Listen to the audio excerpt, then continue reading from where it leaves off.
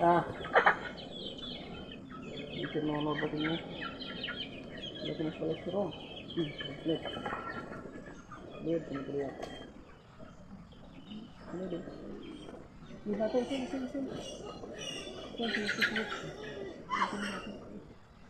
Ini partai itu. Ah.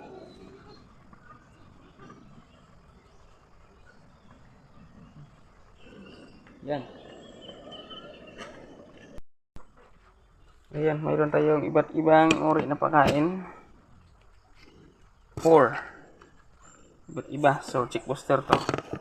Para sa ating mga inahin. Para sa ating mga alaga rin. Para sa ating mga baboy. So, chick booster muna tayo para sa ating mga piso. Ito yung tsura ng chick booster.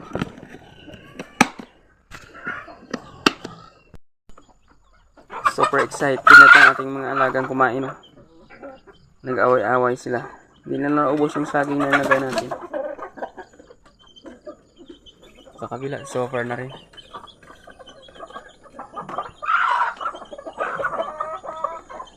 Ayan. Kumakain yung ating mga alagang chikiting. Ayan, yung ating mga maliliit. So, pakainin muna natin sila ng ating...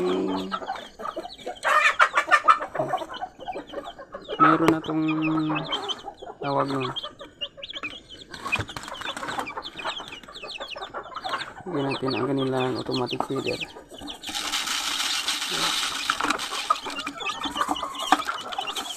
Sampu ang ating sisiw dito. So, unsiyan sila, namatay yung isa. 2 weeks old na yan.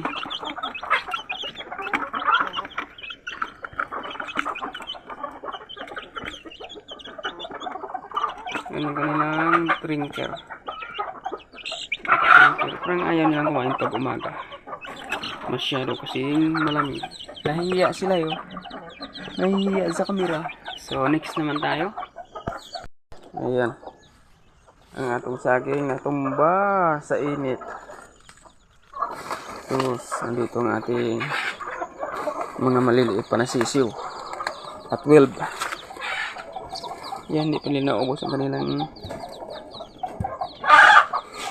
Ay, naku, nagbara pala. Yan. Dahil na naubos ang kanilang pagkain. Yan ang ating mga maliliit na sisiw. 12. 13 ito sila pero namatay yung isa. Namatay sa tubig. Naliligo, naka-swimming pool siya eh. Yan, masilan pag maliit pa yung sisiw, especially pag 1 to 5 days pa lang. Yun. Mabilis mamatay.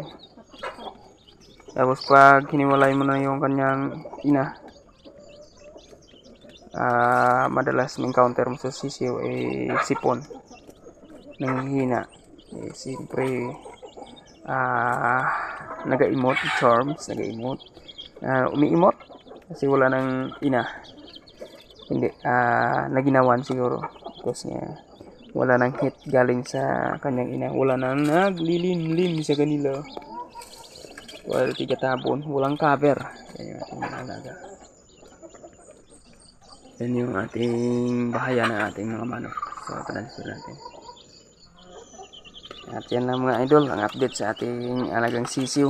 So, malaki-laki na to. Ito, hindi po ito nakaabot ng 2 weeks. Mga more than 1 week pa lang itong ating mga sisiw. So, mayroon tayong 2 nakalimlim dyan. Yun naman ang next batch. Isa na sa 16, yung isa na sa 10. So, mayroon tayong 24. I hope na mavisa yung kahit 20 na lang.